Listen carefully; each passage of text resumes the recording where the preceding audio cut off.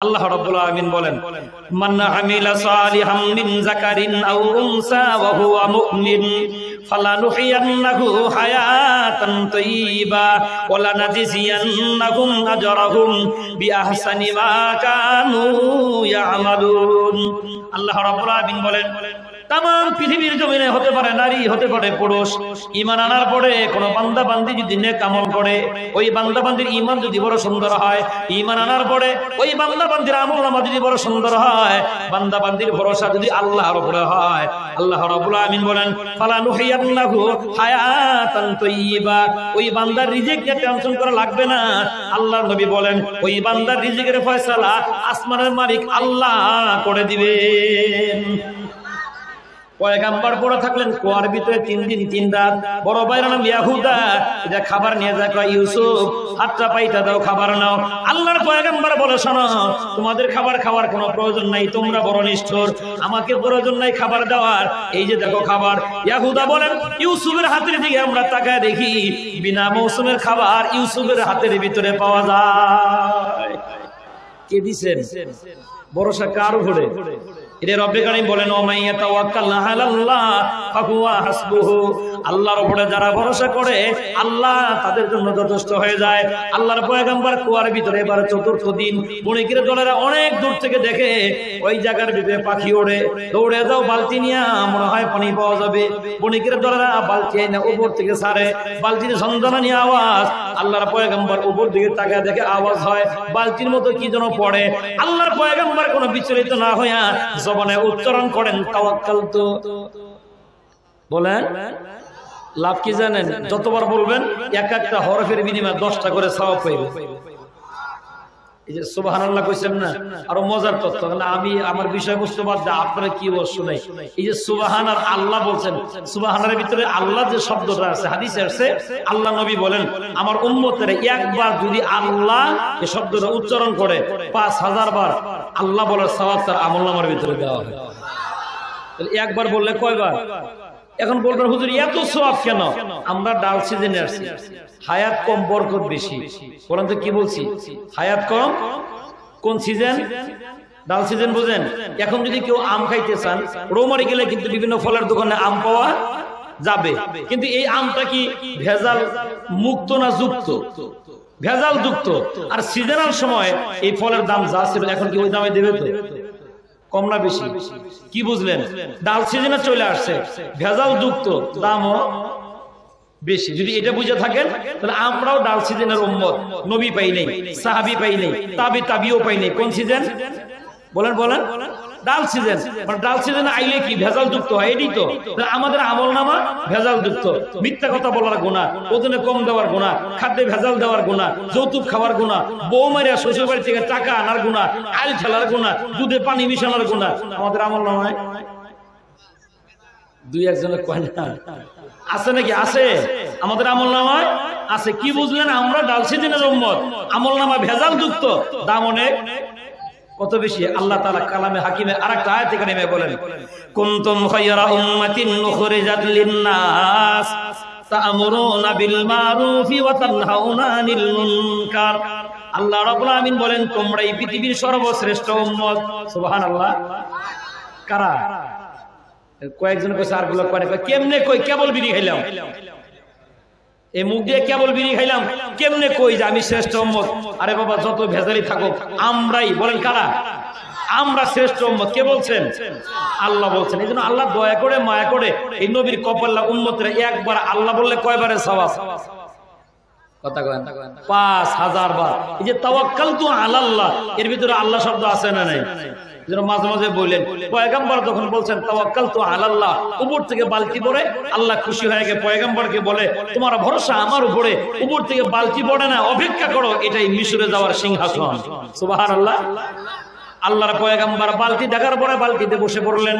আল্লাহর পয়গম্বর সাইয়েদনা ইউসুফ আলাইহিস সালাতু ওয়াস সালাম ওই বালতির ভিতরে উঠা বসে, দুইটা হাত দিয়ে রশি ধরে আর বলে তাওয়াক্কালতু আলাল্লাহ। ওই মালিক বড় খুশি হয়ে গেলেন আর শোনা দিলেন ইউসুফ শোনো, তোমার ভরসা আমি আল্লাহর উপরে, টেনশন করা লাগবে না। তোমার কাজ হলো বালতির উপরে বসা, আর আমি আল্লাহর কাজ হলো তোমাকে মিশরের সিংহাসনে উঠাইয়া দেওয়া।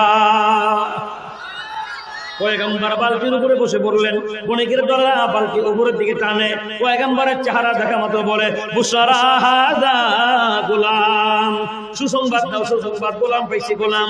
এবার ভাইরা শব্দ উড়ে আসে আর বলে গোলাম পাইছো ভালো কথা, এটা আমাদের গোলাম, ওরে দুইটা স্বভাব খারাপ। এক নম্বর এই গোলামে চুরি করে মাঝে মাঝে, নাম্বার দুই এটা মাঝে মাঝে কাজের ভিতরে ফাঁকি দেয়, আমরা রাগ হয়ে ওরে কুয়ার ভিতরে ফেলাইয়া দিছি। আল্লাহর পয়গম্বর বলেন আমি তখনও বলতে চেয়েছিলাম ওরা মিথ্যে কথা বলে, ওদের কথা মাইনো না। এই কথাটা বলার আগেই আমার জবান দিয়ে বের হয়ে গেল তাওয়াক্কালতু আলাল্লাহ, আল্লাহ বড় খুশি হয়ে গেলেন আর বলে ইউসুফ শোনো তোমার ভরসা আমি আল্লাহর উপরে, টেনশন করা লাগবে না, ওরা যা খুশি তা বলুক, তোমার ইজ্জত আর সম্মান বাড়াইয়া দেব আমি আল্লাহ রাব্বুল আলামিন। আল্লাহর পয়গম্বর কিছুই বলে না। এবার ভাইরা বলে শোনো তোমরা কষ্ট করে কুয়া থেকে উঠে নিলা গোলাম, নিয়ে যাও, আমাদেরকে কিছু টাকা পয়সা দিয়ে যাও। পকেটে হাত দিয়ে রেখে মাত্র 18 দিরহাম, কয় দিরহাম? মাত্র 18 দিরহাম। 18 দিরহাম পায় ভাইরা বড় খুশি, কিছু হলো তো পাইছি, চালান ছাড়া ব্যবসা করলাম। এবার ভাইরা বন্টন করে না, ভাই হলো 10 জন, 2 দিরহাম করে দেওয়ার পরে একজনের ভাগে 2 দিরহাম কম হয়ে গেছে। এইটা লাভ দিয়ে দাঁড়ায় কয় তোরা যে পাই বেচে খাইছোস আমি আব্বারে কয়ে দিমু, বুঝতেছে? এবার বড় ভাই ইয়াহুদা কয় এই জানে আমার 2 দিরহাম তোরে দিয়ে দিলাম, ভাই বেচা টাকা আমি খাবো না। আল্লাহর পয়গম্বরকে ওরা বিক্রি করে দেয়। আল্লাহর পয়গম্বর বলেন আমি তখনও বলতে চেয়েছিলাম তোমরা আমারে কম দামে বেচো না, আমার দাম আরো অনেক বেশি। কে যেন আমার জবান দিয়ে বের করে দিছে তাওয়াক্কালতু, তোমার কথা বলার দরকার নেই, ভরসা রাখো কার উপরে? আল্লাহর পয়গম্বর বলেন আমার একটাই হাতিয়ার তাওয়াক্কালতু আলাল্লাহ। এবার ভাইরা বলে এইটা গোলামটা যেহেতু মাঝে মাঝে কাজে ফাঁকি দেয় আর পালায়া যায়, ওর হাতের ভিতরে রশি লাগাও। কি লাগাও?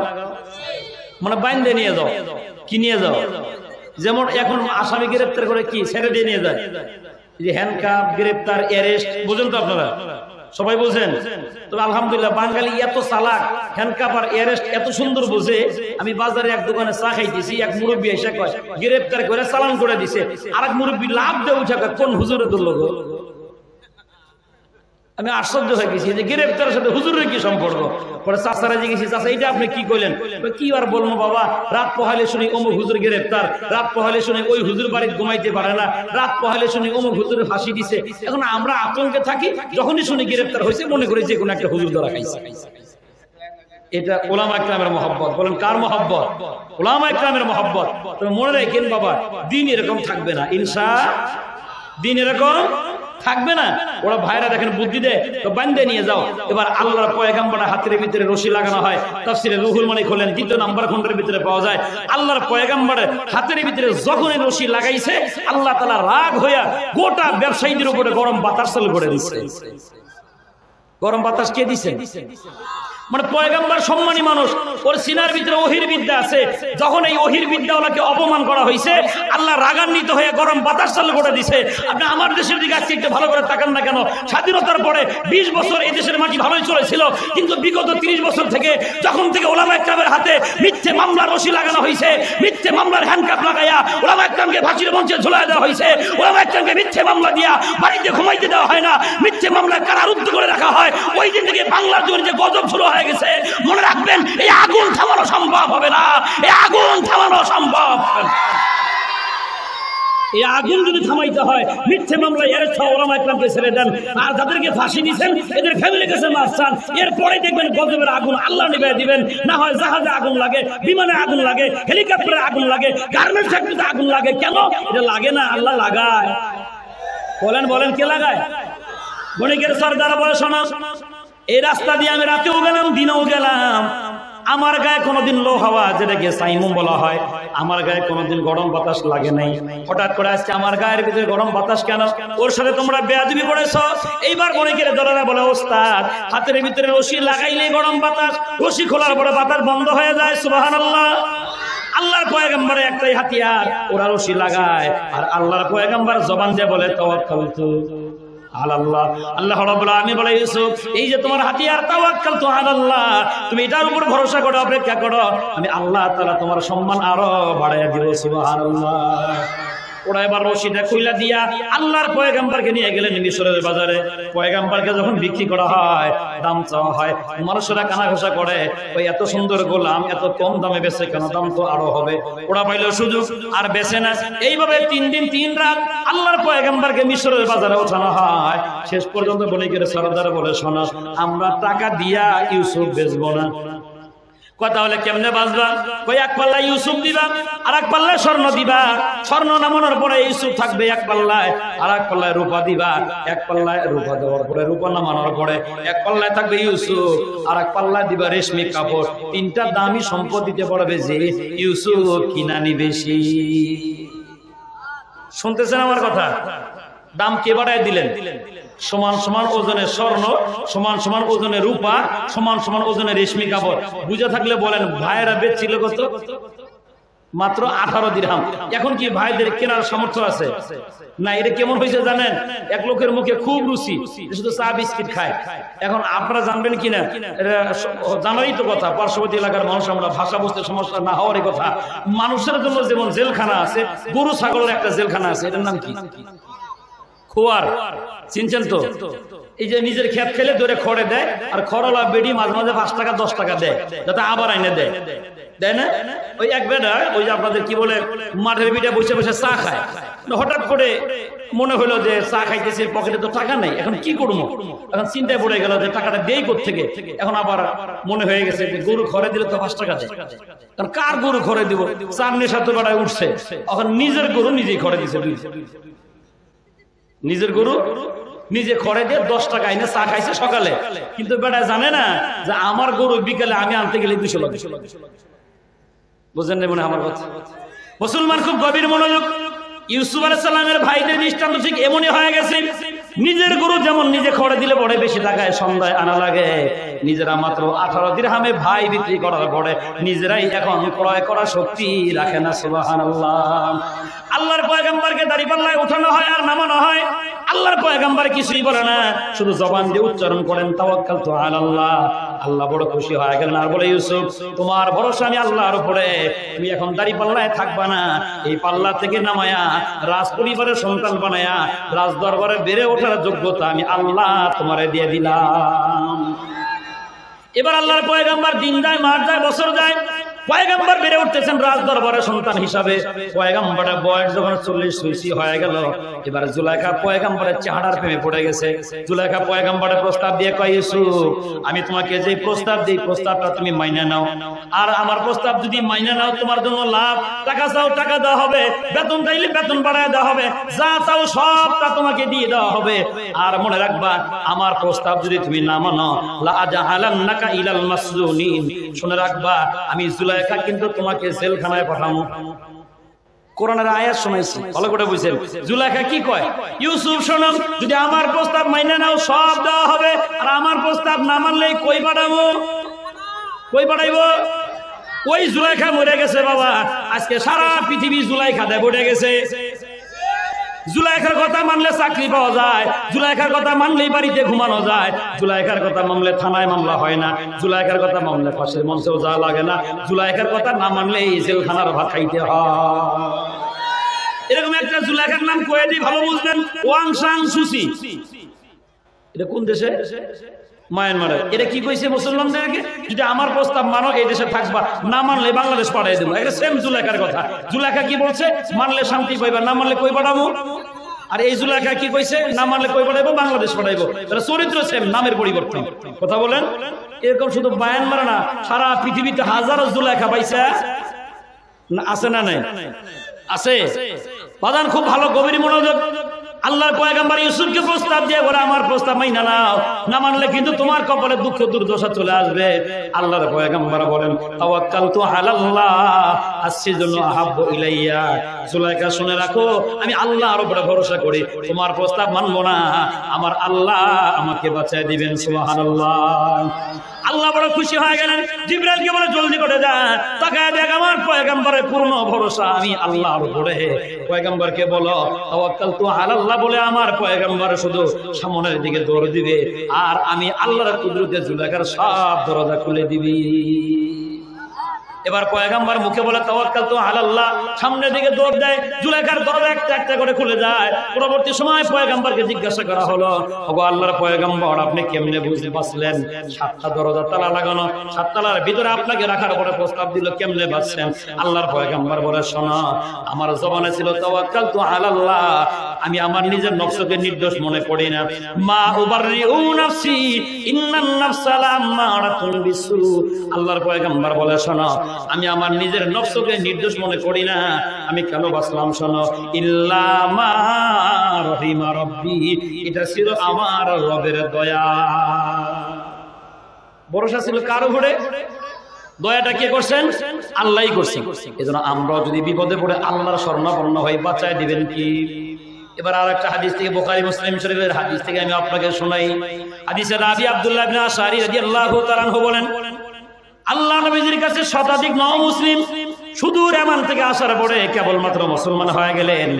আল্লাহ নবী আমাকে ডাক দিয়ে বলেন, আব্দুল্লাহ ইবনে আশআরী, শোনো, মসজিদে নববীর ভিতরে এমনিতে ৭০ থেকে ৮০ জন সাহাবী বসা, ৭০ থেকে ৮০ জন সাহাবী সর্বক্ষণ মসজিদে নববীর ভিতরে বসা থাকেন। আর এখন ১০০টার এরও বেশি মানুষ মুসলমান হয়ে গেল। এরাও যদি মসজিদে নববীর ভিতরে অপেক্ষা করে, জায়গা সংকুলন হবে না। এই যে তাবু দিলাম, মদিনার পার্শ্ববর্তী এলাকার ভিতরে তাবু গাড়ো, আর মুসলমানদেরকে তুমি তালিমের ব্যবস্থা করে দাও। আব্দুল্লাহ ইবনে আশআরী বলেন, আমি মুসলমানদেরকে তালিম শুনাইতেছি না, হঠাৎ করে একজন দাঁড়ায় বলেন, ও রাসূলুল্লাহর সাহাবী, সকালবেলার নাস্তার খাবার আমাদের তাবুর ভিতরে আছে, দুপুরবেলার খাবার নাই, আর রাতের খাবার আমাদের গ্রাম থেকে প্রত্যেকের ইয়ামান থেকে চলে আসবে, শুধু দুপুরের খাবারের ফয়সালাটা করেন। আব্দুল্লাহ ইবনে আশআরী বলেন, জোহরের সালাত আদায় করার পরে সাহাবাদেরকে বললাম, তোমরা অপেক্ষা করো, রিজিকের সন্ধানে আমি আল্লাহর নবীর কাছে গেলাম। আমি মসজিদের নববীর ভিতরে প্রবেশ করলাম, যাওয়ার পরে দেখি আল্লাহ নবী লম্বা সিজদা দিয়ে বলতেছেন, ইয়া রাজ্জাক। কারা ডাকে? রাজ্জাক কার নাম? আল্লাহ রাব্বুল আলামিনকে বিশ্বনবী ডাকতেছেন আর বলে, আমাকে রিজিক দাও। আব্দুল্লাহ ইবনে আশআরী বলেন, আমি ওর আশ্চর্যান্বিত হয়ে গেলাম, আহারে, আমি যে লোকটার কাছে রিজিক চাইতে আইলাম, আর ওই লোকটা রিজিক চায় কার কাছে? আমি এত বোকা থাকবো কেন? আমি আল্লাহর নবীর কাছে রিজিক চাবো না। আব্দুল্লাহ ইবনে আশআরী বলেন, মসজিদ থেকে বের হয়ে গেলাম, সুন্দর করে ওযু করে 2 রাকাত সালাত আদায় করার পরে লম্বা সিজদা দিয়ে মুখে বললাম, তাওয়াক্কালতু আলাল্লাহ। আর আমি দোয়ার ভিতরে বললাম, ইয়া রাজ্জাক, রিজিকের ফয়সালা করে দাও। সুবহানাল্লাহ। আব্দুল্লাহ ইবনে আশআরী বলেন, এইভাবে দোয়া করার পরে আমি আবার পুনরায় তাবুর ভিতরে চলে আসলাম। তাবুর ভিতরে আসার পরে যখন আমি সাহাবাদেরকে কোরআনের তালিম দেওয়া শুরু করে দিলাম, আসরের নামাজের পরে সন্ধ্যা ঘনায় আসবে, এর আগ মুহূর্তের ভিতরে 3 জন অপরিচিত ব্যক্তির হাতের ভিতরে 3টা ভুনা গোশত আর রুটি ভরা ডেক নিয়ে আমাদের তাবুর ভিতরে ঢুকে পড়ছে। সুবহানাল্লাহ। এবার ভালো করে বুঝে নেন। আব্দুল্লাহ ইবনে আশআরী বলেন, এ মুসলমানের দলেরা, শোনা, এই ডেক থেকে রুটি নাও, ভুনা গোশত নাও, যার যতটুকু প্রয়োজন তোমরা নিয়ে এখান থেকে খাবারের ফয়সালা করো। শতাধিক মুসলমান 2টা ডেকের খাবার দিয়ে শেষ হয়ে গেল, আর একটা ডেক অবশিষ্ট হওয়ার পরে আব্দুল্লাহ ইবনে আশআরী বলে, এই ডেকের খাবার নষ্ট করিও না, অবশিষ্ট ডেক নিয়ে আল্লাহর নবীর কাছে ফেরত পাঠিয়ে দাও। সাহাবাজমান বলেন, এই রুটি ভরা ডেক নিয়ে আল্লাহর নবীর কাছে যাওয়ার পরে আল্লাহ নবী বলেন, ডেকটা কোত্থেকে আনলা? সুবহানাল্লাহ। সাহাবাজমান বলেন, ওগো নবীজি, এই ডেক তো আপনি দিছিলেন, এই ডেক তো আমরা কোত্থেকে আসলো জানি না। আল্লাহর হাবিব বলেন, এই ডেকের ব্যাপারে আমার কোনো ধারণাই নাই। সুবহানাল্লাহ। সাহাবাজমান বলেন, ওগো নবীজি, আব্দুল্লাহ ইবনে আশআরী আপনার কাছ থেকে মাত্র 3টা ডেক নিয়ে গেল। আল্লাহর হাবিব বলেন, আব্দুল্লাহ ইবনে আশআরীকে ধরে আইনা আমার সামনে দাঁড় করো। আব্দুল্লাহ ইবনে আশআরী বলেন, আমাকে ওরা ধরে নিয়ে আল্লাহ নবীর সামনে দাঁড় করায় দিলেন। আল্লাহ নবী আমাকে জিজ্ঞাসা করলেন, ডেক কোথা থেকে আসলো? আমি আব্দুল্লাহ ইবনে আশআরীও জানায় দিলাম, হুজুর, এই ডেকের ব্যাপারে আমারও কোনো ধারণা নাই। এ বাবা গপ্প শোনাইতেছি না, হাদিস। ভালো করে বুঝে নেন। আব্দুল্লাহ ইবনে আশআরী বলেন, আমি উহুদের ভিতরে তাকায় দেখলাম আল্লাহ নবী একবার আমার দিকে তাকায়, আর একবার ডেকের দিকে তাকায়। অনেকক্ষণ পরে দেখি আল্লাহ নবী সোজা আকাশের দিকে তাকায় আছেন। সুবহানাল্লাহ। এবার বাজান বুঝে থাকলে আওয়াজ দিয়ে বলবেন, নবী আমার কেন আকাশের দিকে তাকাইলেন? নবী মনে মনে কি চায় দুনিয়ার কেউ না জানলেও কে জানেন। ওই আল্লাহ রাব্বুল আমিন জিবরাইলকে ডাকতে কয় তাকায় দেখ নবীজির সামনে দেখ সাহাবী আব্দুল্লাহ ইবনে আশআরী নবীজির সামনে দাঁড়ানো আছে। এ জিবরাইল আমার বন্ধু সোজা আকাশের দিকে তাকায় আছে। এ জিবরাইল শুনে রাখ, এই যে বন্ধু আমার দিকে তাকায় আছে, বন্ধুর মনের আবেগ দুনিয়ার কেউ না জানলেও জানি আমি আল্লাহ। এ জিবরাইল শোনো, আমার এই বন্ধু যতদিন পর্যন্ত তার মায়ের পেটের ভিতরে ছিল তখনও আমি আল্লাহ আমার এই বন্ধুরে ভুলি নাই। সুবহানাল্লাহ। বুঝবেন কেমনে বাবা? মাওয়াহিদুল লুদুনী একটা কিতাবের নাম, সিরাতের গ্রহণযোগ্য কিতাব। নবীজির মা আমেনা রাদিয়াল্লাহু তাআলা আনহা বলেন, একবার আমার নামে আমার শ্বশুরের কাছে বিচার দায়ের করে দেওয়া হলো। ও খাজা আব্দুল মুত্তালিব, আপনার পুত্রবধূকে থামান, আপনার পুত্রবধূ গায়ের ভিতরে সুগন্ধি লাগায়। আল্লাহ নবীর দাদা খাজা আব্দুল মুত্তালিব নিজের পুত্রবধূকে ডাক দেওয়ার পরে বলে, বৌমা তুমি কি আমাকে লজ্জায় ফেলাইতে চাও? তুমি গায়ের ভিতরে সুগন্ধি লাগাও। অথচ আরবের 1% ব্যক্তিদের ভিতরে আমি একজন। আমি তো আইন করে দিছি স্বামী মারা যাওয়ার পরে গায়ের ভিতরে সুগন্ধি লাগানো নিষেধ, তুমি কেন লাগাও? নবীজির মা আমেনা রাদিয়াল্লাহু তাআলা আনহা বলেন, আব্বাজান আপনার ছেলে মারা যাওয়ার পরে জীবনও কোনোদিন গায়ের ভিতরে সুগন্ধি লাগাই না। এখন আপনি যে বলেন সুগন্ধি বের হয়, সুগন্ধি আমার দেহে না, সুগন্ধি আমার পেটের ভিতরে। নবীজির মা আমেনা রাদিয়াল্লাহু তাআলা আনহা বলেন, আব্বাজান তাহলে শুনে রাখেন, আমার পেটের ভিতরে এই বাচ্চাটা যেই দিন চলে আসছে ওই দিন থেকে আমার জবান থেকে যখন আমি থুতু মুবারক যখন ফেলে দেই, আমি আমার থুতুর দিকে তাকায় দেখি আমার থুতু জমিনের ভিতরে পড়ে যায়। যতক্ষণ পর্যন্ত থুতু না শুকায় ততক্ষণ পর্যন্ত আমার ফেলানো থুতু দিয়া মেশকের ঘ্রাণ বের হয়। নবীজির মা থেকে এমন আরেকটা আওয়াজ আসছে। নবীজির মা আমেনা রাদিয়াল্লাহু তাআলা আনহা বলেন, প্রতিদিন শিশু মুহাম্মদ যখন আমার পেটের ভিতরে আমি বালতি হাতে করে নিয়ে যখন কুয়ার কাছে পানি আনতে যাইতাম, নবীজির মা আমেনা বলেন আমি কুয়ার শিওরে দাঁড়ায় দাঁড়ায় দেখতাম আমাকে দেখা মাত্রই কুয়ার পানি উপরে চলে আসতো। মা আমেনা বলেন আমি কুয়ার পানির দিকে তাকায় থাকতাম, হাতে থাকা বালতি যখন কুয়ার ভিতরে ছেড়ে দিতাম, কুয়ার ভিতরে পানিগুলোর ভিতরে যেন ঢেউ হইতো, ওই পানির আওয়াজ যেন আমাকে বোঝাইতেছিল, ওরে আমেনা ওর লজ্জায় ফেলায় দিলা। ও আমেনা তুমি হয়তো বা জানো না, রহমতে দো আলম নবী তোমার পেটের ভিতরে, সাইয়্যিদুল কাউনাইন নবী তোমার পেটে, রহমতে দো জাহান নবী তোমার পেটের ভিতরে। ও আমেনা ওই নবীকে নিয়ে কুয়ার কাছে আসার কোনো প্রয়োজন ছিল না। তুমি যদি বাড়ি থেকে ইশারা করতা, ওই নবীর ইজ্জত আর সম্মানের কারণে পানি তোমার বাড়ি চলে যাইত। মা আমেনা থেকে এমন আরো একটা আওয়াজ আসছে। কষ্ট হইতেছে কি? একটু লম্বা চড়া হলে কি সমস্যা হবে? 1 ঘন্টা না হলে পরে আমার ওয়াজের যোগই উঠে না। কারণ আপনাদের সমস্যা নাই তো? ইনশাআল্লাহ কোন ইনশাআল্লাহ সিরাতের গ্রহণযোগ্য কিতাব থেকে শোনা, এই কিতাবের নাম মাওয়াহিদুল লুদুনিয়া। মা আমেনা বলেন শিশু মুহাম্মদ যখন আমার পেট থেকে জমিনের ভিতরে পদার্পণ করে, মা আমেনা বলেন আমি আমার বাচ্চার দিকে তাকায় দেখি মাকতুয়া সুররা নাবি কাটা, মাখতুনান মুসলমানি করানো, মালবুসান পোশাকটাও পরানো। সুবহানাল্লাহ। মা আমেনা বলেন আমার বাচ্চার দিকে আমি তাকায় দেখি কে যেন আমার বাচ্চার নাভিটা কাইটা দিছে, কে যেন মুসলমানি করায় দিছে, কে যেন আমার বাচ্চাকে পোশাক পরায় দিছে। মা আমেনা বলেন এত সুন্দর বাচ্চা দেখার পরে পুরো আবেগ অন্তরের ভিতরে চলে আসলো, হারে মালিক এই বাচ্চাটা দুনিয়ায় পদার্পণ করলো। আজকে এই বাচ্চা দেখার পরে সবচাইতে বেশি খুশি হইতেন যিনি, তার নাম আব্দুল্লাহ। আব্দুল্লাহ তো দুনিয়ায় বেঁচে নাই, আব্দুল্লাহ বেঁচে থাকলে এখন বাজারে চলে যেতেন, দৌড়ে গিয়ে খেলনা কিনা আনতেন। আরে আব্দুল্লাহ নাই, আমার বাচ্চাকে খেলনা কে কিনা দিবে? মা আমেনা বলেন এই কথাগুলো মনে মনে বলতেছিলাম, কে যেন আমার মাথার কাছে আওয়াজ দেয়, বলে ওগো আমেনা জবান বন্ধ করো, খেলনা লাগবে না, বন্ধু আমার বুঝবো আমি। আরে আমেনা কিসের খেলনা? আব্দুল্লাহ দুনিয়ায় বেঁচে থাকলে এখন বাজারে গিয়া মাটির তৈরি খেলনা কিনে আনতো, কাঠের তৈরি খেলনা কিনে আনতো, কাপড়ের তৈরি খেলনা কিনে আইনা তোমার সন্তানের হাতের ভিতরে দিত। ও আমেনা তুমি জানো না বন্ধু আমার বুঝবো আমি, শুধু সূর্যের ডুবতে দাও, খেলনা আসমান থেকে আমি আল্লাহ পাঠাইয়া দিব। মা আমেনা বলেন পুরো কৌতূহলী নয়ন নিয়ে পশ্চিম দিগন্তে তাকায় দেখি সূর্য কখন ডুবে যায়। মা আমেনা বলেন তাকায় দেখলাম সূর্য ডুবে গেল। সূর্য ডুবে যাওয়ার পরে আমি বড় কৌতূহলী নয়ন নিয়ে আবেগ ভরা নয়নে আকাশের দিকে তাকায় দেখি আকাশের চাঁদ আকাশে না। আহারে চাঁদ গেল কোথায়? মা আমিনা বলেন, এবার আমি আমার বাচ্চার দিকে তাকায় দেখি আকাশের চাঁদ আমার ছেলে মুহাম্মদের মাথার কাছে। হাদিসের ইবারতে মোর মা আমিনা বলেন, খাশিতু আইয়াকা আলাইহি, আমার দিলের ভিতরে ভয় হইতেছিল চাঁদ কি আমার ছেলের মাথার উপরে পড়ে যায় কিনা। মা আমিনা বলেন, পরবর্তী সময় জিজ্ঞাসা করলাম, আরে বাবা, তোমার জন্মের পরে মাথার কাছে চাঁদ কেন এসেছিল?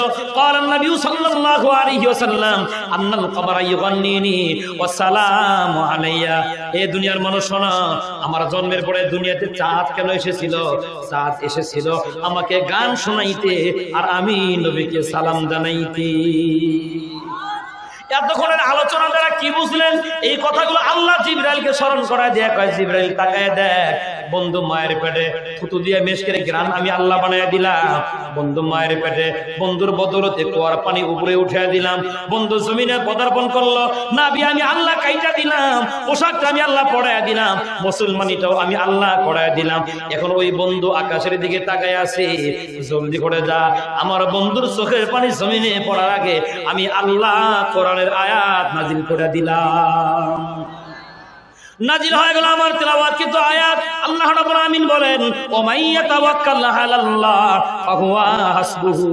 ও নবীজি শুনে রাখেন, যারা আমি আল্লাহর উপরে ভরসা করে আমি আল্লাহ তাদের জন্য যথেষ্ট হয়ে যায়।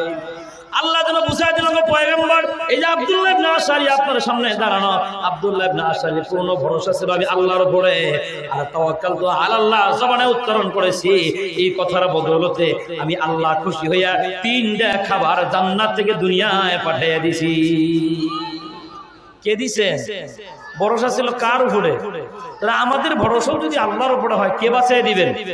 আরো একটা হাদিস থেকে আমি আপনাকে শোনায় দিচ্ছি। আল্লাহর আরো একজন পয়গম্বর নাম মুসা কালিমুল্লাহ, একজন কিপ্তি হত্যা করলেন। আসলে হত্যা করার নিয়তে মরে নাই, শাসন করার নিয়তে মারছিলেন, তারা এমনি পড়ে মরে গেছে। কারণ পয়গম্বরদের দেহের ভিতরে আল্লাহ তাআলা এক এক হাতের ভিতরে ৭০ জন নওজওয়ানের শক্তি দিয়েছেন। কতজন? ৭০ জন। শুধু একটা থাপ্পড় দিয়েছে, বেটা মরে গেছে। এই খবর চলে গেছে ফিরাউনের দরবারে। ফিরাউন আইন করে দিছে যে আমার এই দেশের এই কিপ্তিকে যে হত্যা করছে ওর অনুসন্ধান চালাও, যদি খুঁজে আনতে পারো ওরও মেরে ফেলাম। পয়গম্বর ভয় পেয়ে গেলেন যে আমাকেও এখন মেরে ফেলবে। মৃত্যুর ভয়ে পয়গম্বর সোজা পূর্ব দিকে, হাদিসে আসছে পূর্ব দিকে এবং ডান দিকে একটা দেশের ভিতরে চলে গেলেন। 7 দিন 7 রাত পয়গম্বর হাঁটতেছেন। হাঁটতে হাঁটতে একটা দেশের ভিতরে পৌঁছে গেলেন। দেশের নাম হলো মাদায়েন। আল্লাহর পয়গম্বর মাদায়েন শহরে পৌঁছার পরে দেখতেছেন অনেক যুবকেরা পানি পান করায়, আর পার্শ্ববর্তী জায়গার ভিতরে 2 জন নারী দাঁড়িয়ে আছে। আল্লাহর পয়গম্বর ওই নারীদের কাছে গেলেন আর বললেন, ফামা খাতুবুকুমা, এই নারী দলেরা তোমাদের কি সমস্যা, দাঁড়িয়ে আছো কেন? সবাই পানি পান করে, তোমরা কেন পানি পান করাও না? এবার ওরা ডাক দিয়ে কয়, ইন্না আবুনা শাইখুন কাবীর, নিশ্চয় আমার আব্বা বড় বুড়া মানুষ, গায়ে কোনো শক্তি নাই, আমার আব্বা আসতেও পারে না, পানিও পান করাইতে পারে না। ওই যে তাকায় দেখেন যুবকেরা পানি পান করায়, ওদের ভিড়ের কারণে আমরাও পানি পান করাইতে পারি না। ওদের পানি পান করানো শেষ হওয়ার পরে সন্ধ্যা ঘনে আসলে আমরা পানি পান করায় বাড়ি যাই। আল্লাহর পয়গম্বর বলেন, দাও তোমাদের বকরির রশি আমার হাতের ভিতরে। আল্লাহর পয়গম্বর বকরির রশিগুলো হাতের ভিতরে নিয়ে ওই কুয়ার কাছে যায়, শুধু কইছে সাইড হও, সব পড়ে গেছে। শক্তি বুঝেন তো? যখন পড়ে গেছে সবাই উঠে পড়ছে। উঠে পড়ে আপনার গায়ে এত শক্তি, ধাক্কা দিলেন কেন? ওই যে পাশেই দেখেন একটা কুয়া আছে, ওই কুয়ার পানি আরো কাছে, ধাক্কার দরকার নাই, যেহেতু শক্তি আপনার গায়ে অনেক বেশি, এমনি তুলে ফেলান আপনি। আল্লাহর পয়গম্বর কুয়ার কাছে গেলেন, বাম হাতে ঢাকনা ধরলেন আর মুখে উচ্চারণ হয় তাওয়াক্কালতু। আল্লাহ বড় খুশি হয়ে গেলেন। জিবরাইলকে ডাক দিয়ে বলে, তাকায় দেখ আমার পয়গম্বরের ভরসা আমি আল্লাহর উপরে। আমার পয়গম্বরের শক্তি দিয়া ঢাকনা খোলার কোনো প্রয়োজন নাই। পয়গম্বর ঢাকনা হাত লাগাবে, ঢাকনা আমি আল্লাহর কুদরতে খোলার ব্যবস্থা করে দিলাম। ঢাকনা উঠাইয়া পয়গম্বর পানি পান করায় এই 2 মাইয়াকে বাড়িতে পাঠিয়ে দিছে। এই মেয়েটা বাড়িতে গেছে, যাওয়ার পরে শুআইব আলাইহিস সালাম বলে, কিরে বেটি তোমাদের না পানি খাওয়াই আসতে সন্ধ্যা হয়, আজকে তাড়াতাড়ি আসলা কেন? আজকে আমরা পানি পান করাই নেই, সুদর্শন এক যুবকে পানি পান করাই দিছে। পানি পান করেছে, ওরে কি তোমরা এই বিনিময় দিছো? কয় না, টাকা পয়সা কিচ্ছু দেইনি। কয় তাহলে কেমনে? দেইনি তো, তোমার চেহারা দেখে বুঝছি যে মনে হয় বেটা অনেক দিন কিছু খায় না। কি দেখে বুঝছে? কথা কয় না, চেহারা দেখে অনেক কিছু বোঝা যায় তো না, যায় না? বুঝবেন কেমন? এই যে সামনে রমজান মাস, দেখবেন ইফতার কেনার ভিড় যখন জমে, রোজাদারই কেনে না দুই একজন বেরোজাদারও কেনে? বেরোজাদারও কিনে। ইফতার কিনে আর কয় যে 50 টাকার বুটবুন্দি দাও, সারাদিন রোজা আসিলাম না, তাই কি ইফতার না খাই কি কাফের এমন মনে? এমন ফলাবান আছে না? ইফতার কিনা বাজার দিয়ে ঘুরে বেড়ায়, এক মুরব্বী দেখছে আরে জোয়ান মানুষ রোজা রাখছে, আহ বাবা তাড়াতাড়ি আসো, তাড়াতাড়ি আসো, আমার সাথে বসে তুমি ইফতার করো। ওই বেড়া এসে রোজাদারের সাথে ওর ইফতার মিশায় দেখবেন চুপ করে বসে থাকে, মাঝে মাঝে থুতু ফেলায়। বাপ দোষে কাজ, তাও বোঝে বাবে বুঝাইতেছে আমি রোজাদার, আর আপনি গভীর নজরে ওর চেহারা দিকে তাকায় দেখবেন চোর চোর একটা বাপ আছে। মানে বাবে বোঝা যাবে যে এ চোরা সারাদিন রোজা রাখে না, চেহারা দেখি বোঝা যায়। কন্যারাও বুঝছে যে বেড়ায় কিছু খায় না। পয়গম্বর শুআয়ব আলাইহিস সালাম বলেন, যাও ওটা আমার সালাম জানাও, আর আমার কাছে আসতে বলো, আমি ওরে বিনিময় দিব, খাবারের ফয়সালা করে দিব। সুবহানাল্লাহ। মাইয়া দুজন আসছে, এসে কয় আমার আব্বা আপনার সালাম জানাইছেন, চলেন আমাদের সাথে। গেলে কি হবে জানেন? আব্বাই কইছে আপনাকে টাকা পয়সাও দিবে, খাবারেরও ফয়সালা করে দিবে। এখন পয়গম্বর উঠে গায়ের ভালো জারে আর তাওয়াক্কালতু আলাল্লাহ, ভরসা কার উপরে? আচ্ছা বলছো যাই, কাছে নেওয়ার পরে শুআয়ব আলাইহিস সালাম জিজ্ঞাসা করেছেন, এই বেটা বাড়ি কই? পুরো ঘটনা আর গোপন করে সব বলে ফেলাইছে। আল্লাহর পয়গম্বর শুআয়ব আলাইহিস সালাম বলেন, নাজাউতা মিন কওমিজ জালিমিন, এ বাবা শোনো, তুমি জালেম সম্প্রদায় থেকে বেঁচে গেলা, আল্লাহ তাআলা তোমাকে বাঁচিয়ে দিবেন, তুমি আমার বাড়িতে থাকো, আমার এলাকা বড় নিরাপদ। আল্লাহর পয়গম্বর রয়ে গেলেন। আল্লাহর পয়গম্বর শুআয়ব আলাইহিস সালাম বড় চিন্তায় পড়ে গেলেন, আমার দুইটা কন্যার বিয়ে হয় নাই, এই যুবকটাও বিয়ে হয় নাই, যুবকের বিয়ের বয়স হয়ে গেছে, এখন বাড়িতে সমস্যা হওয়ার সম্ভাবনা আছে না? মুরব্বীরা কয় আপনি গোড়ার ডিম বুঝেন, যুবকে কইলে ঠিক আছে। বর্তমানে এই একটা সমস্যা আমার দেশেও চলছে, কি ট্রান্সজেন্ডার, লিঙ্গ পরিবর্তন। মানে বেড়া নিজের মনে মনে কি ভাববো, বাস্তবে নাকি কাটে বানায় কয় না, মনে মনে কি হয়েছে, রাত্রে ঘুমাইছিলাম, সকালে উঠে দিকে আমি শরীফ হয়ে গেছি। এই কি বাস্তবে না মনে মনে? কথা কয় মনে মনে। এখন ভালো করে বুঝেন, এখন এই বেড়ি নিজের মনে মনে বেড়ি মনে করে, কাপড় বিনতে করে মনে করে, মেয়েদের পোশাক পরে, নাকে ফুল, কানে দুল, গলায় মালা, হাতে চুড়ি দিয়ে ঘুরে বেড়ায়। এমন একটা আকাম করছে যে আকামের কারণে গ্রেপ্তার হয়েছে, ওরা চালান করে দিচ্ছে। এখন বুঝে থাকলে কন, ওর পোশাক আশাক দেখে জেলখানায় বেড়ার লগে ছুইব না বেডির লগে? না এটাও বোঝেন? হ্যাঁ, বেড়া কি এটা কি আসলে বেড়ি না বেড়া? ওর ইঞ্জিন আছে তো, ছোট ছোট পোলাপান আছে তো, বিস্তারিত কইতে পারতাছি না ভাই, আপনার বুঝতেছেন তো? এই বেড়ারে যখন আপনি বেডির লগে জেলখানায় থুইবেন, 10 বছর পরে যা দেখবেন ঘরে আর জায়গা নাই, মানে পোলাপানটা বোঝা গেছে। ও যদিও মনে মনে নিজের বেডি মনে করে, আসলে সে বেড়া। মনে রাখবেন, এই শিক্ষা ব্যবস্থায় কাটতে কাটতে যারা এই কামগুলা করে, এরা আমাদের দেশের সরল সোজা মুসলমানদের সন্তানদেরকে জেনা ব্যভিচার করার জন্য উদ্বুদ্ধ করতেছে। ও ভালো করে বুঝছেন বাবা, এই ষড়যন্ত্র আজকের নতুন না, আজ থেকে 50 বছর আগে থেকে এই ষড়যন্ত্র হচ্ছে, আর এখন প্রায় বাস্তবে রূপ নিচ্ছে। এখন আমাদের কাজ কি, এটা বোঝার আগে একটা দৃষ্টান্ত বোঝেন, পরে ভালো করে বোঝেন শিক্ষা ব্যবস্থাটা আমাদের কোথায় নিয়ে ঠেকাইলো।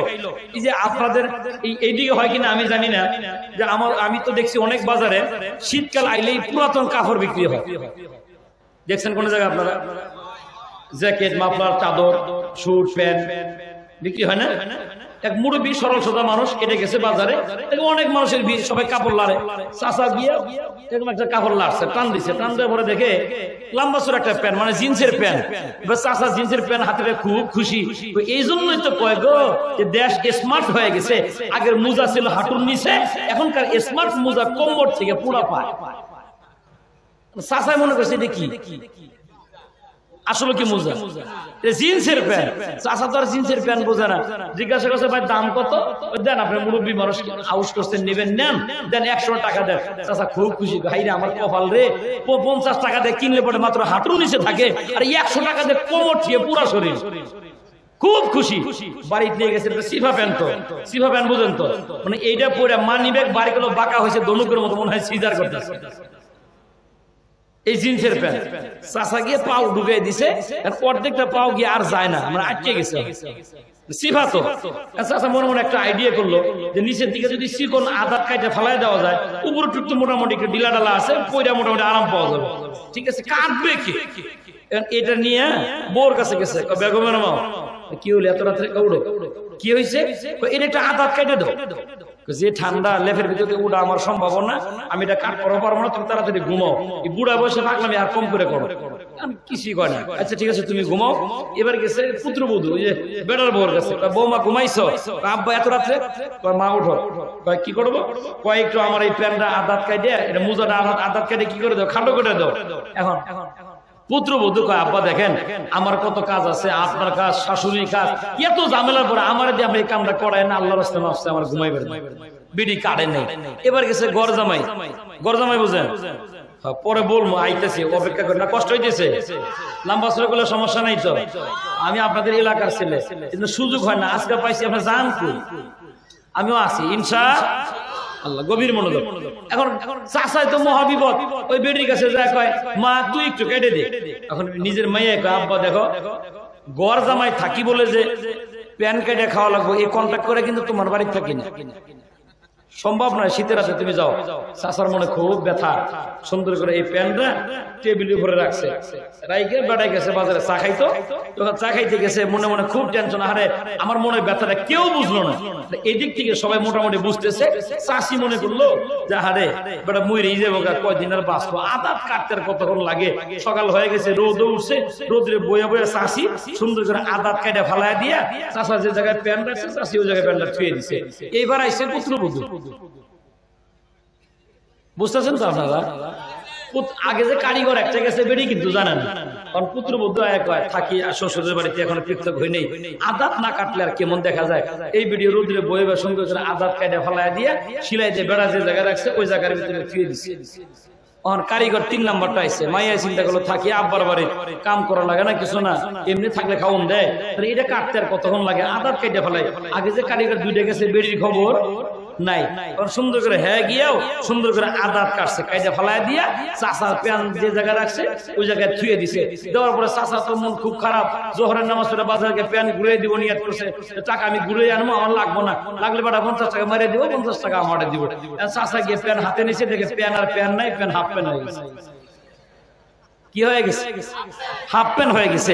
এটা হাসার জন্য বলি না, স্বাধীনতার পরে এদেশের ক্ষমতার চেয়ারে যখন দাঁড়াই গেছে, ও বলে একটু কাটো, ধর্মশিক্ষার একটু কাটো, ও বলে একটু কাটো, কাটতে কাটতে আমরা যখন প্রাইমারিতে ছিলাম তখন ছিল ধর্মশিক্ষা, ইসলাম শিক্ষা, ওইটারও কাটতে কাটতে ইসলাম ও নৈতিক শিক্ষা বানাইছে। এখন আপনার ছেলেকে জেনা ব্যভিচার করাইয়া ছাড়বো ইনশাআল্লাহ। কি বুঝেন? শিক্ষা ব্যবস্থা কাটতে কাটতে ফুল প্যান্ট থেকে কি প্যান্ট বানাইছে? হাফ প্যান্ট বানাইছে। এখন আমার আপনার 1 নাম্বার কাজ হলো, যার যার সন্তানকে যদি বাঁচাইতে চান অবশ্যই আপনার সন্তানকে আপনি কোরআনের আওয়াজ ঢুকানোর সিনার ভিতরে, হাদিসের পরিচয় দেন, নবীর পরিচয় দেন, আখিরাতের ভয় ভিতরে ঢুকায় দেন। আল্লাহর কসম এই ছেলেটা জীবনে কোনোদিন নাস্তিক হওয়ার সম্ভাবনা নেই। বাজান খুব গভীর মনোযোগ। সোহাইব আলাইহিস সালাম চিন্তা করলেন আমার মেয়েও বিয়ে হয় নাই, ছেলেও বিয়ে করে নাই, সমস্যা হইলে হইতেই পারে। পয়গম্বর সোহাইব আলাইহিস সালাম কয় বাবা শোনো, এই যে আমার 2টা কন্যা সন্তান, একটারও বিয়ে হয় নাই, তুমি যদি রাজি হও 2টার যে কোনো একটা তোমার সাথে আমি বিবাহ পড়াই দিই। আল্লাহর পয়গম্বর বলে আব্বা জান আমি তো বিয়েতে রাজি আছি, সমস্যা নাই, কিন্তু সমস্যা হলো আমার তো মহারানা নাই, আমি মারার কেসের আসামি হয়ে ফেরারি হয়ে ঘুরে বেড়াই। কারণ পয়গম্বর সোহাইব আলাইহিস সালাম বলেন দেখো তোমার মহারানা দেওয়ার দরকার নেই, মহারানার পরিবর্তে তুমি আমার বাড়িতে 8 বছর রাখাল থাকবা, ছাগল চড়াইবে। কয় বছর? চিন্তা করেন একটু, মহারানার জন্য কয় বছর? 8 বছর। পয়গম্বর বলে ফেলাইছে তাওয়াক্কালতু আলাল্লাহ, ভরসা কার উপরে? আল্লাহর উপরে। সোহাইব আলাইহিস সালাম বললেন দেখো 8 বছর পরে তোমার মহারানা আমার, 8 বছর পরে যদি আরো 2 বছর থাকতে চাও আমি তোমাকে নিষেধ করব না, এটা আমার জন্য লাভ, আমি তোমার উপরে জুলুম করব না। পয়গম্বর ধৈর্য ধরলেন আর বললেন তাওয়াক্কালতু আলাল্লাহ, ভরসা আল্লাহর উপরে। আজকে আপনাদের এই চতলাকান্দায় সবচেয়ে সুন্দরী যে মায়াটা, এই এলাকার ছেলেরা কইবেন এই মায়েরা তোর লগে বিয়ে দিব, 8 বছর এইবারে তাকে রাখাল থাক। কি মনে হয় থাকবো? হ্যাঁ, কারে কি বললে কি শোনাও, রৌমারি থেকে যদি সিয়াম রিফাত গাড়িতে উঠে পড়ি 750 টাকা ভাড়া দিয়ে ঢাকা যাবো, 3 মাস পরে বাড়িতে আইলে দেখবো বউ সাথে। আর হ্যাঁ 8 বছরের বললে কি ঠিক হয় শুনবো? এই ধৈর্য তার কুলাইতো না। পয়গম্বর তো দেখেন কি পরিমাণ ধৈর্য ধরে কি কয় তাওয়াক্কালতু, ভরসা কার উপরে? আল্লাহর উপরে। এইবার শুআয়ব আলাইহিস সালাম বলে, দেখো তোমার ভরসা যেহেতু আমার উপরে, আল্লাহর উপরে ভরসা, এই যে দেখো সামনে যে দুইটা বকরি আছে না, মনে রাখবা এই ছাগল, এই বকরি পেট থেকে যে বাচ্চাগুলো হবে, কপালে যদি লাল চিহ্ন হয় সব বাচ্চা তোমার, আর অন্য কালার হলে আমার।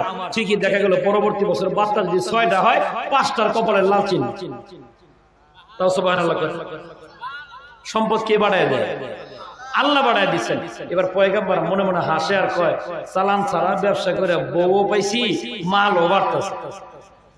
যখন 8 বছর বুড়া হয়ে গেছে, রাত্রিবেলা গভীর রাত্রে শুআয়ব আলাইহিস সালাম আয়েশা কয়, বাজান তোমার মহরান আজকে থেকে মাফ, এখন আরো 2 বছরের জন্য আসলাম, তুমি কি থাকবা না যাইবাগা? আপনাদের কি মনে হয় কোন? এটা আমাদের বুদ্ধিতে কইতেছি, থাকবো কেন? শ্বশুর বাড়ি থাকলে কাম করুন লাগে না, মানে ঘর জামাই থাকলে। কারণ কি? শ্বশুরের গাড়ি, শ্বশুরের তেল, মার হ্যান্ডেল, মানে আমার কোনো চিন্তা। হ্যাঁ, একটা চা খাইতেছে দেখি বাজারে, কয় পেঁয়াজের দাম 2000 টাকা কেজি হলো, আমার চিন্তা নাই। আমি চিন্তা করলাম, হ্যাঁ জানুয়ারি কয় কি 2000 টাকা কেজি হলো, বলে ওর চিন্তা নাই। ওরা আমি আমার ড্রাইভারে করলাম, খবর নিয়ে দেখো 100% শ্বশুর বাড়ি খায়। ওরা আমার ড্রাইভারে কয়, ভাইজান মনে কিছু না নিলে আপনি কি শ্বশুর বাড়ি থাকেন? ভাই আপনি কেমনে বুঝলেন? ওই হুজুরে কইছে। পড়া আছে, কয় মামা কথা ঠিক আছে। কি হয়েছে? ও 100% জানুয়ারি শ্বশুর বাড়ি খায়, এই জন্য কয় পেঁয়াজ 2000 টাকা হলো কোনো চিন্তা। কারণ শ্বশুরের গাড়ি, শ্বশুরের তেল, যখন চালাইবো লাড়া দেয়, তেলের শব্দ করে না, 2 দিন চালায় না, আগে তেলটা তুলে লো। কি জামাই? দেখবেন কাল সকালে অনেকে সমালোচনা করবো, কি একটা বক্তা আছে কোরআন হাদিসের ওয়াজ বাদে ঘর জামা রস করে দিয়ে গেছে, মানে ওর লাগছে। এবারে তুই তো বোকা, তোর আব্বা আছে, তোর মা আছে, তুই কি আরেকবার বাড়ি থাকবি? ঘর জামাই থাকা জায়েজ আছে না জায়েজ না? তবে বেশি দিন থাকা ঠিক না, বেশি দিন থাকা ঠিক না। বলে গোটা বুঝেন। শুআয়ব আলাইহিস সালাম বলে, বাবা থাকবা? এবার আল্লাহর পয়গম্বর চিন্তা করলেন, থাকলে তো আমারই লাভ, কোনো লস নাই, মাল শুধু বাড়তেছে। বার কয় বছর? 2 বছর। আল্লাহর পয়গম্বর কয়, ঠিক আছে, তাওয়াক্কালতু আলাল্লাহ, থাকলাম আরো কয় বছর?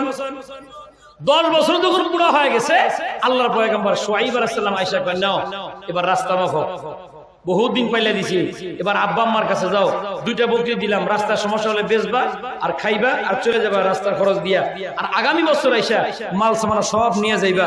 এবার শুআয়ব আলাইহিস সালাম খুশি হইয়া বলে, দিবটা কি?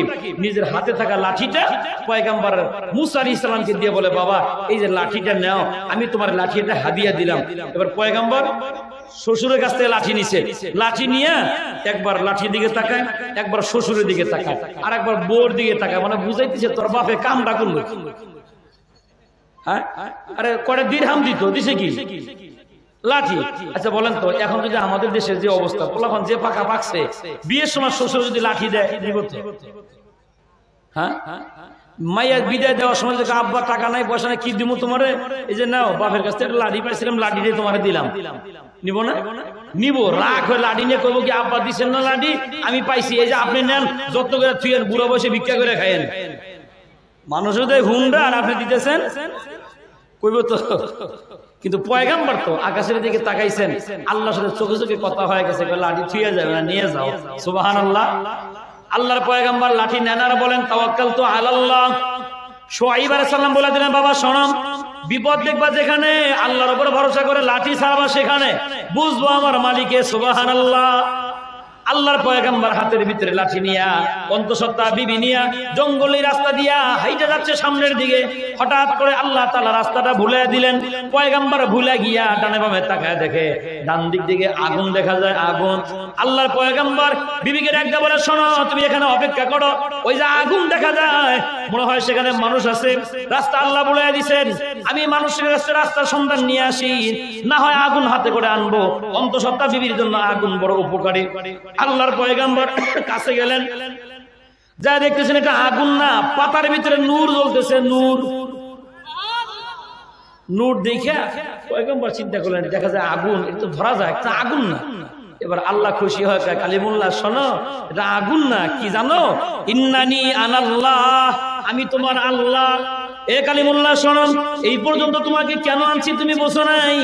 এই যে নাও, আমি আল্লাহ রাব্বুল আমিন তোমাকে মহাব্বত আর ভালোবাসা নবুয়ত দিয়া নবী বানাইয়া দিলাম। এখন পয়গাম্বার নবী হইয়া লাঠি ভর করে পয়গাম্বার যখন স্ত্রীর দিকে রওনা হয়, আল্লাহ রাব্বুল আলামিন বলে যাচ্ছ কোথায়? পয়গাম্বার বলে ওই যে আমার বিবি দেখা যায়, অন্তঃসত্ত্বা বিবি। আল্লাহ রাব্বুল আলামিন বলে শোনো, বিবির পেটে বাচ্চা দিলাম আমি আল্লাহ, এটা হেফাজত করব আমি আল্লাহ, এই দিকে যাওয়া যাবে না। আল্লাহর পয়গাম্বার বলে তাহলে যাবো কোথায়? ওই মালিক ডাকতে বলে শোনো যাবা কোথায়?